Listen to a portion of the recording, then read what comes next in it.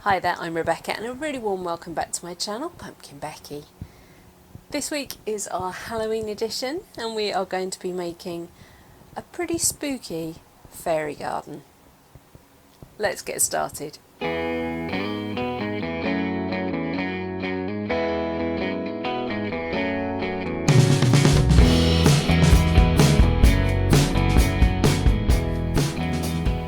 In previous years I've done kind of cutesy Halloween things.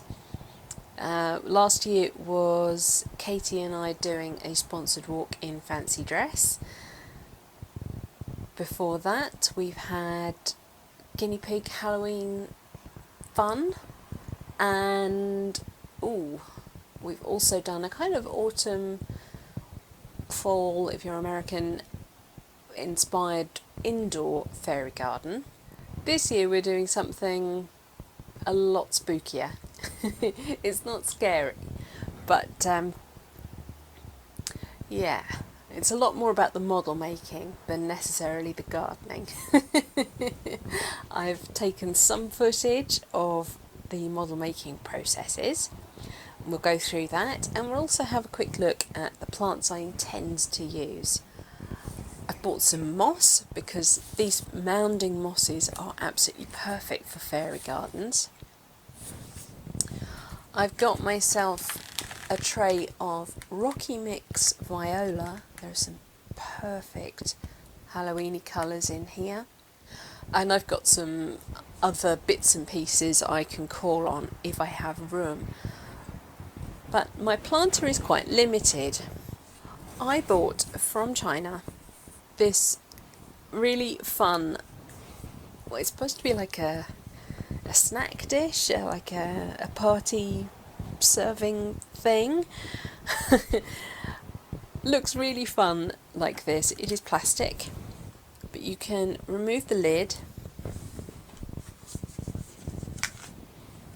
and you can pop one inside the other, or you can do it that way so it sits up a little bit. However, we have drilled holes in the bottom of these. Hopefully you can see those. And I will be stacking them like this. I'm going to pop some of the viola into the bottom here, and the other things are going to be in the top. I'm going to be using this outside, so I have drilled holes around the bottom, and I'm going to be adding some quite gritty compost. This is peat-free multi-purpose compost, and it has horticultural grit in it. So this is a tray of viola. Don't worry if everything seems to have stopped flowering. We can basically go ahead and deadhead everything and it should bounce back. From that mixed tray I have chosen all the same colour, or very, very close. I just want to sort of slightly loosen the bottoms of the plants so that I can get them to sit in this container, which is now shallower than the plug tray was that they were grown in. So there's 6 plants in here and they are all in that purple with yellow or peachy orange kind of colour family. Perfectly spooky for Halloween. Something I also love to add in fairy gardens is sedum, and I've got coral reef here, which you have seen me use very recently. This is a gorgeous sedum. The colour is vibrant red in autumn.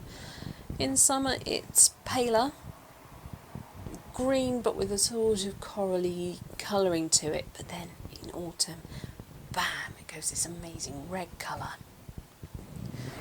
It has a trailing habit, which is lovely for the edges of planters.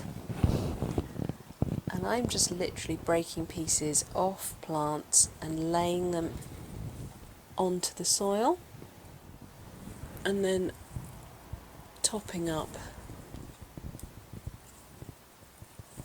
with a bit more of my gritty compost. Okay, here is our bottom tier. Looks a bit crazy with everything poking outwards, but it's going to make a bit more sense once we pop that top tier on. And then I'm going to introduce you to my model making. The main feature is this. It could be a crypt, it could be a chapel.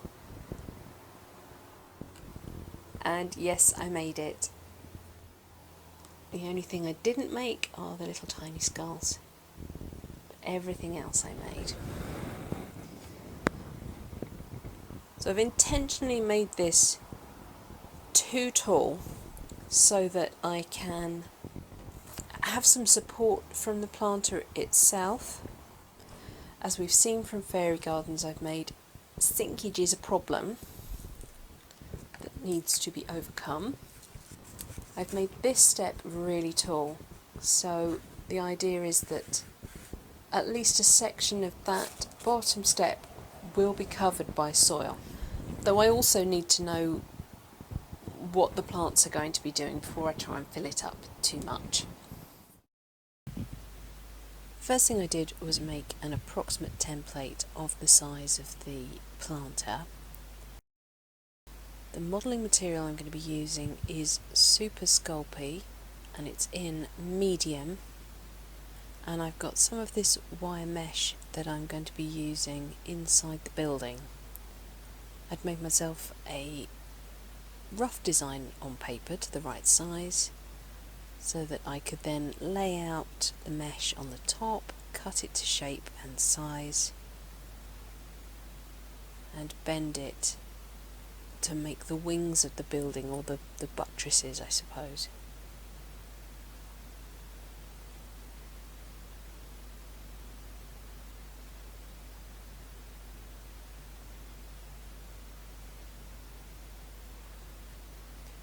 I then crisped up those bends with the help of a metal ruler.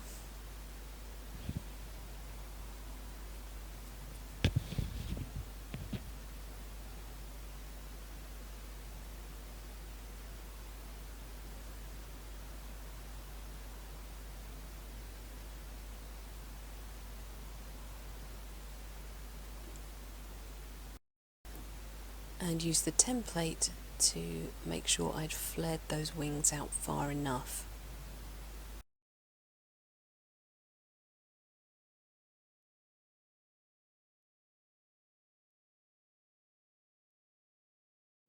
And the steps will be made from a simple concertina of the mesh.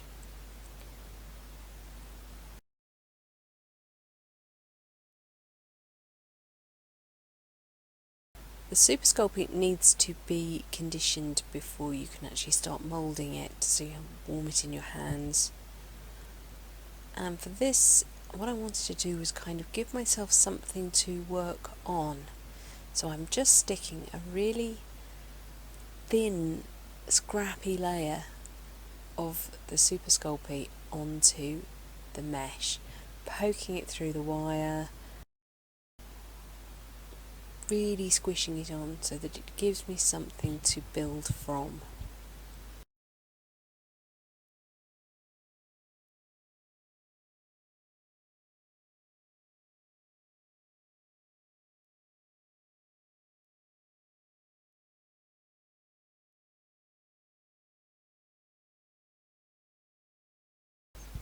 This little piece is going to be the door, and I do actually end up shortening the mesh once it's all baked and finished.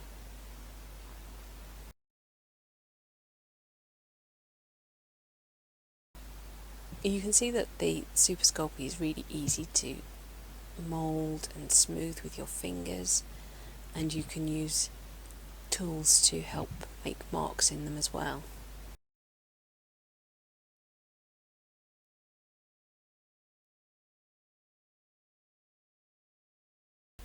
Here I'm just checking the size of the door against my pattern. Then I'm roughing in the door plank texture with the back of a knife. as I work on it, that will disappear and I'll have to put it back in again.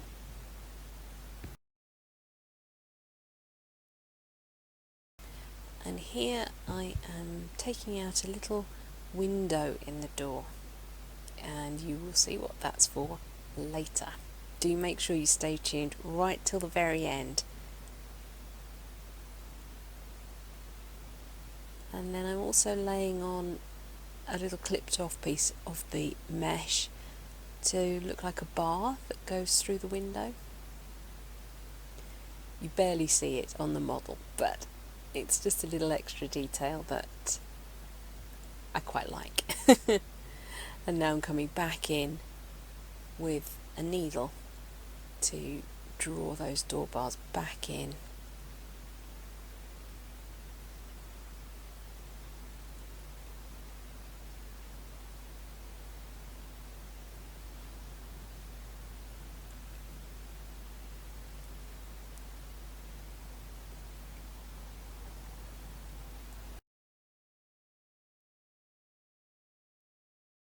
When I roughed out the steps, I just did them in a really simple 3-step shape, but obviously those steps were going to be far too big for this scale that I was working on. But I got that baked, and it gives me a framework.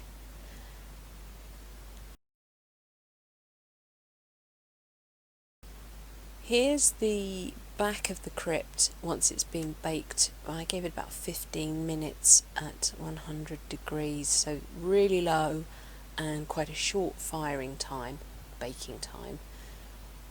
But it means that I can still work the clay, so I can chip pieces off and make it look like old masonry. Here's the door. It's had lots of extra detail added, and a handle, some hinges and a bar at the bottom, and it's been par baked again for about 15 minutes at 100. And I'm now going to be sticking it to the part baked crypt. This is Bake and Bond by Sculpey, and it is an adhesive that will bond the polymers together. You can use it with baked clay, with baked clay. You can use it unbaked clay on baked clay, and you don't really need to use it with unbaked clay, but you could do. I've applied it to the crypt and the back of the door, and then I've made a thin layer of unbaked clay which I've stuck to the door, and then used that to make sure there are no air gaps between the crypt and the door, so really squishing it against the crypt. And then trimming off any excess. Now I'm going to make the surround, which is going to look sort of like quite chunky stonework. So more Bake and Bond around the doorway.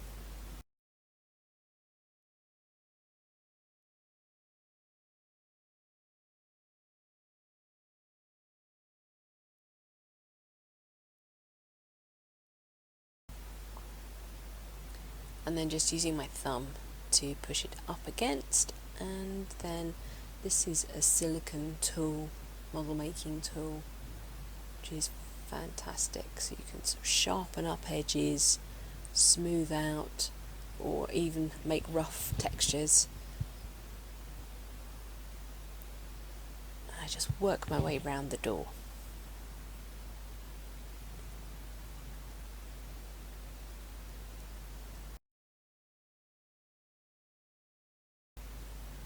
And now I've trimmed the bottom of the door and the mesh, and here are the steps with extra steps added. So I added in 2 intermediate steps just to make it a slightly more realistic scale. The lovely thing with polymer clay is you can bake it multiple times, as long as you're not doing it excessively high, you can't burn the clay. And it means that with something that's quite complicated with lots of sides and textures, you can work on it, bake it, and then work on another piece without risking flattening or ruining what you've already done. You've protected it by baking it.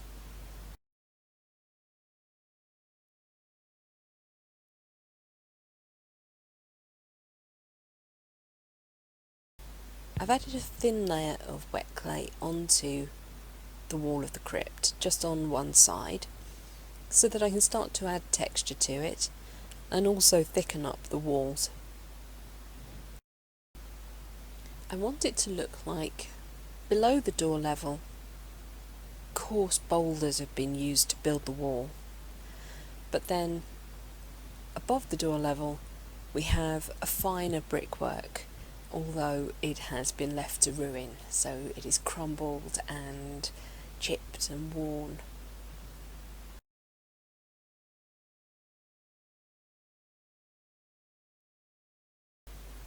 I've added a capping strip on top of the boulder level to just kind of really define the difference between those two building materials.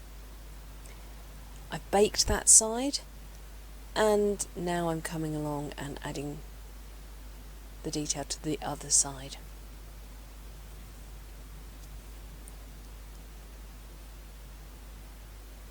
So more bacon bond all over and wrapping it round the edge so that I can make that wall more substantial.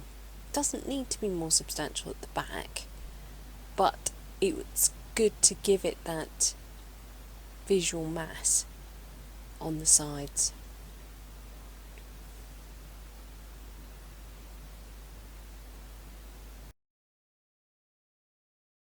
And here's a good trick.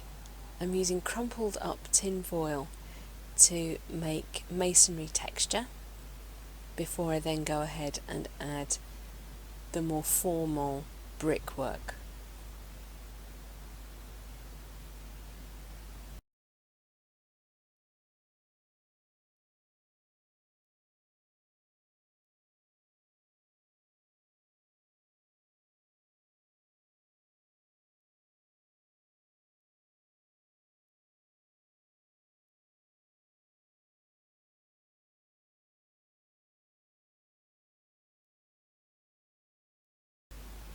The crypt has now had its final baking with all the elements together, and I'm giving it a coat of really thinned down black acrylic paint so that it gets into all the nooks and crannies. Then I'm coming back over with a warm brown acrylic paint. I think this one is actually called Dark Chocolate. It's from Deco Art Americana.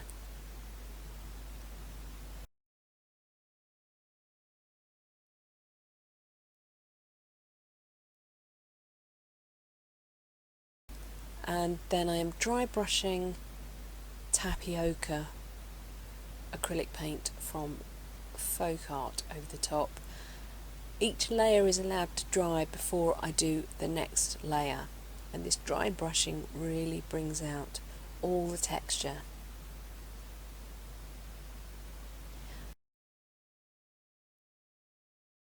And now I'm going over with a plain white acrylic paint, titanium white, just to add super highlights to everything.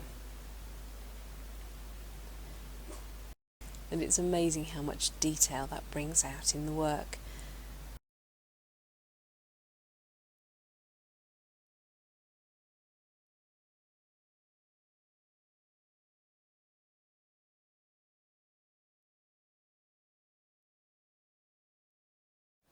The next thing I made is this spooky tree, and it has hanging in it some skulls on a garland, and I've given it a really good wire base so that I can make sure it is really secure.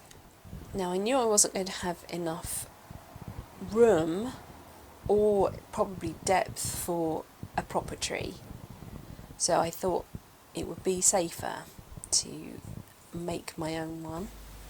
The tree is made with a twisted wire armature. The twisting really helps you start to get the clay on. It's almost impossible to get it to stay on straight pieces of wire. So I'm building the tree up from the trunk outwards, adding texture. I will par bake it, and then I will add the tips of the branches before baking finally, and then painting.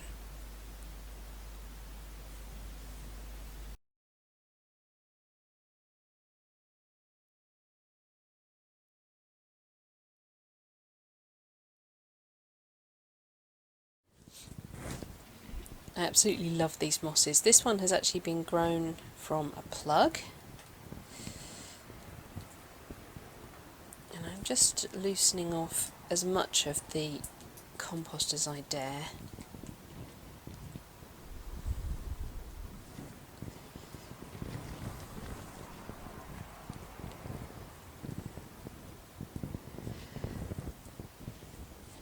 And I'm going to try and sort of prop its skirts up and encourage it to drape a little bit more than mound. That's kind of tricky because that's what it does. It's a mounding moss. There we go. There's not going to be any more hard landscaping than this. There just isn't room. This is Pratia pedunculata. Now, it's looking a little sad right now because I let it dry out, but it will bounce back. It is a little creeping ground cover plant.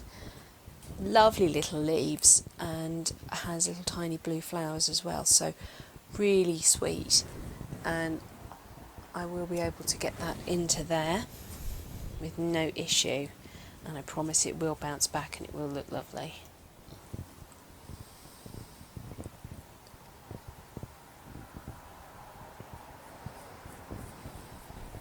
And now I'm going to add in some of this sedum to just fill this gap here.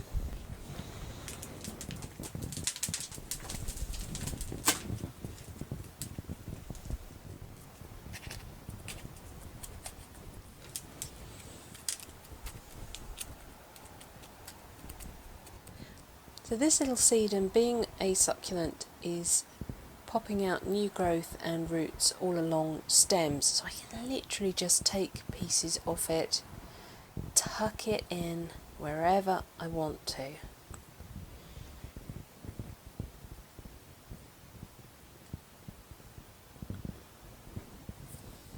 You don't even need it to have roots attached, you can just pinch it straight off the plant.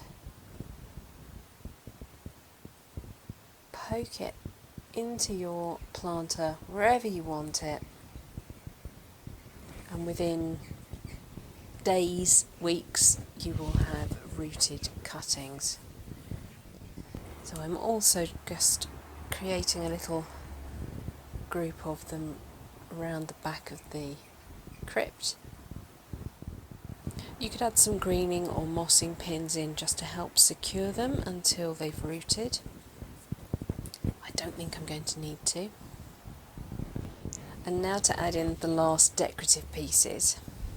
So I've made some very tall toadstools on long pieces of wire. The majority of the tree was made on 1mm thick wire, and then the decorative details were made on 0.6mm gauge wire. Now it's going to really start looking like a graveyard. I've made myself lots of little gravestones, and they are on quite sturdy bases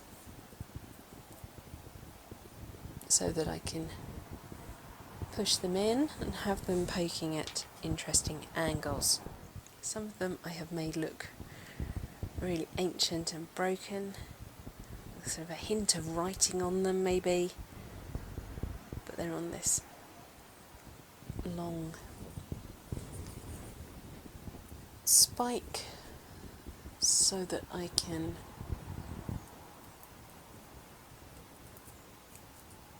drill down into my grass and push them in.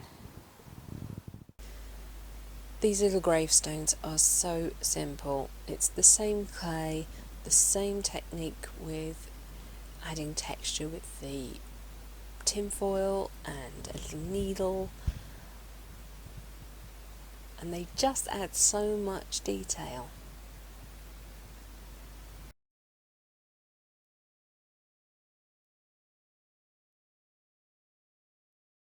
Once they were dry, I then sort of chipped corners off and carved into them, and then did their final bake again before doing the painting. This one has a miniature skull on it, and the idea is that the grass surface will come sort of up to that point.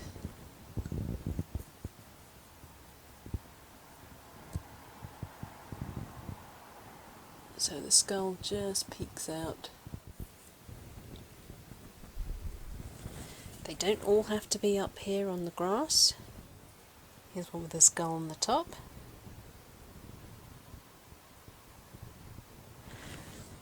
And these little skulls are from a company called Citadel, who do wargaming miniatures.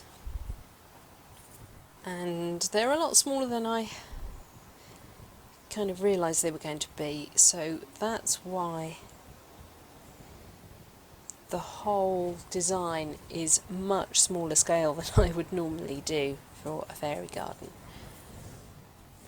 And because it's a ruined chapel or crypt, there are some bits of broken masonry, and those are supposed to look like, just where the wall has crumbled down.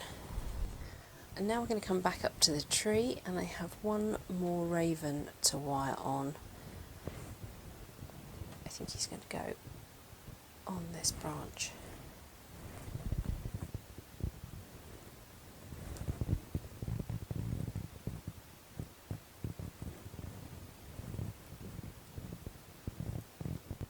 Of all the models I made, the ravens are probably the most fragile. You can imagine their wings are tiny and I keep breaking them off. However, they're alright. There we go. And then just for fun, I've got some battery operated LED lights. These ones, hopefully you can see, are purple. And then I also have a set that are green. I really wanted to make a lantern for this garden, but once we got down to this sort of size, I realised I wasn't going to be able to. But my idea is that I can push these through some holes that I have drilled in that back wall. Something you could do is maybe paint the wires and add some little tiny leaves and make them look like a creeping vine. That would absolutely work. Now, I would not be inclined to leave these outdoors in the rain. You could probably leave them somewhere under cover, but I don't think you necessarily want the lights to be getting wet.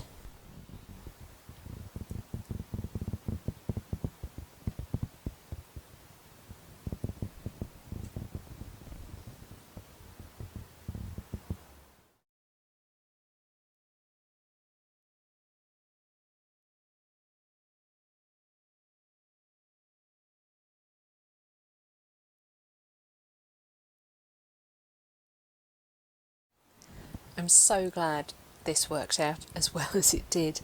The model making was quite intense. It's taken me at least a couple of weeks to actually build everything in my spare time and get it all painted.